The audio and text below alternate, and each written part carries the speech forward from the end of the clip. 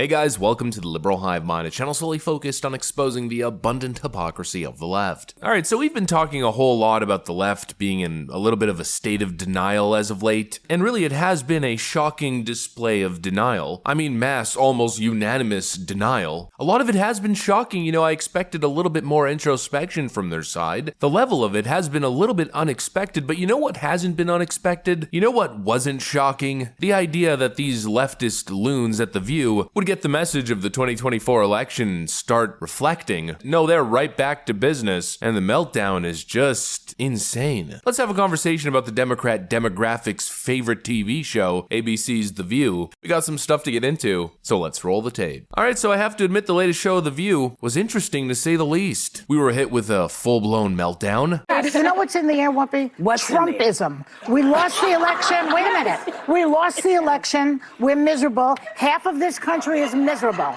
And let's just tell the truth. We hate that he won. We hate it.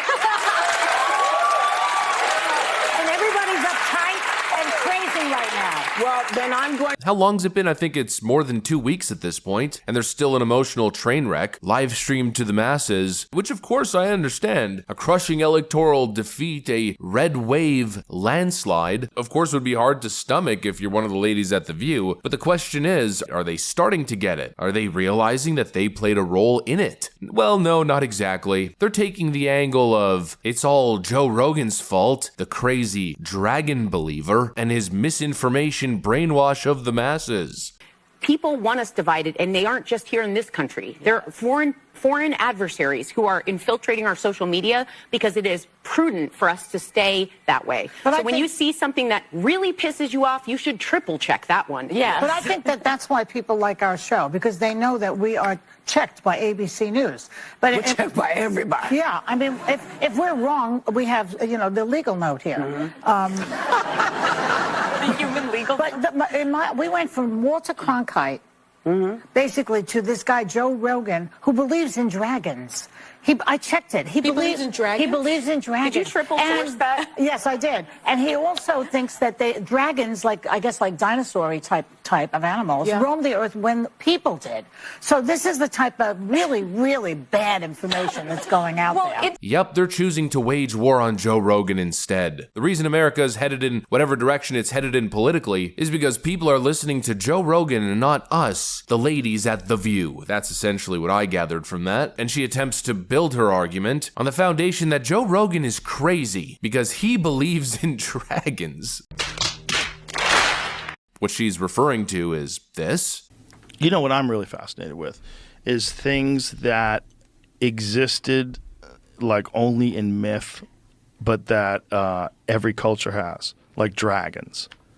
Like I had this guy, Forrest Gallant. He's a wildlife biologist, and he thinks that there's a real possibility that dragons were an actual thing. And that... Well, when they have lived, like when dinosaurs were around? No, they lived alongside humans. That's why there's all these records and all these different cultures. And, there's Chinese culture has dragons, Japanese culture has dragons, ancient Europeans have dragons. Like dragon is not a fire-breathing. That seems to be bullshit. But maybe even... What kind of, what would their purpose be? Well, they're probably like a crocodile that flies. There was probably more than one kind of really dangerous reptile that they called dragons, like Komodo dragons. Right, Komodo dragons. Giant lizard, they call it a dragon, right? Crocodiles, dragons. The question is whether or not one of them actually flew. Because we know that pterodactyls were a real thing. So yeah, you could pretty much understand how ridiculous her statement is, but just to break it down really quick, or rather to break down this newfound level of bad faith here, Joe Rogan doesn't literally believe in dragons, and anyone who's ever listened to his podcast knows this. Joe Rogan just has a fascination. He enjoys exploring wild ideas and alternative theories. The mysteries of history. And of course, he never presents these theories or concepts as far to left field historical historical facts, but rather as engaging topics of conversation. He's talking fantasy or theory. The whole clip that they're referring to, but they probably don't even know that the clip exists, they just read a headline in a tabloid piece of crap magazine. But basically the clip that they're referencing is where Joe Rogan is discussing the theory of how myths like dragons originated from all kinds of different non-connected ancient civilizations. They all had the same myths and the same drawings, or at least close enough, quite similar. So it's simply an interesting idea, a talking point for a podcast, since he's a podcaster. But what they do, in this horribly lazy, bad faith argument, is reduce Joe Rogan to a single soundbite about dragons in an attempt to completely dismiss him entirely. Invalidates everything else that you could possibly say or do. What an absolute farce. You should listen to us because we're such good people who always get the facts right. Now watch me completely smear somebody and destroy them and try to discredit them on national TV because I'm such a good person. You see the hypocrisy there, right? Yeah, these people have learned nothing, and it's obvious what they're trying to do now. I guess Whoopi Goldberg and Joy Behar are launching the lamestream media's last attack on independent creators here. I guess these ladies are the cavalry. Did you know that nearly 40% of young Americans get their news from social media influencers who skew towards the right, according to a new Pew report? Pew. There's also been a mass exodus from Elon Musk's social media site X.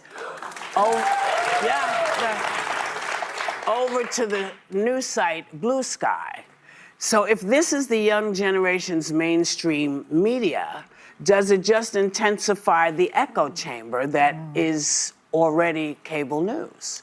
Well, I'd like to do a little PSA that just because you saw it on one of these social media sites does not make it true. Right. So circulating posts and then having people say, is that real? Like when you see something, you have to source it. You have to check and then check again. And it doesn't matter who sent it to you or who you're looking at and thinking, oh, this person's right. A lot of the time we've got AI, we've got a massive misinformation and disinformation campaign. It is the #1 near-term fear of the Global Economic Forum. People want us divided, and they aren't just here in this country. They're foreign adversaries who are infiltrating our social media because it is prudent for us to stay that way. Yeah, the same old tactic. Oh, these online independent creators and their dangerous misinformation. We've heard it before. A tactic so old and so stale and hopefully at this point so ineffective that even their own leftist colleagues in the media don't seem too convinced. Cenk Uygur responded to the whole Joe Rogan ordeal, and he says, Joy Behar says that Joe Rogan believes in dragons and that's why he's not reliable, whereas The View is very reliable. They thought Biden was young and dynamic, had no problems with his cognitive abilities and was the best possible candidate. I've got dragons that's slightly more credible. Holy moly, Cenk Uygur coming out of nowhere with the clutch play. But yeah, he pretty much hits the nail on the head now, doesn't he? People are tired of the lies, they're tired of the skewed narratives and all the paid mouthpieces in the media. They want real conversations. And this is the response from these big shows. No, we're not the problem, we're not changing. You're the problem for listening to Joe Rogan, that crazy dragon guy. It's absolutely unbelievable, but what it really feels like is the most embarrassing defeat a political side could ever endure. I mean, they've made it substantially worse for themselves, I'd argue, with all of this, let's call it less than desirable behavior. And just to really speak to that embarrassment, in the same show where they're lecturing everybody about how good they are with getting the facts and not getting in trouble by saying ridiculous things, they're having to read a legal notice because they had made so many defamatory statements in regards to Matt Gaetz and others. You have a legal note. I do have a legal note. Thank you, Whoopi. Matt Gaetz has long denied all allegations, calling the claims, quote, invented, and saying in a statement to ABC News that this false smear following a 3-year criminal investigation should be viewed with great skepticism, that DOJ investigation was closed with no charges being brought.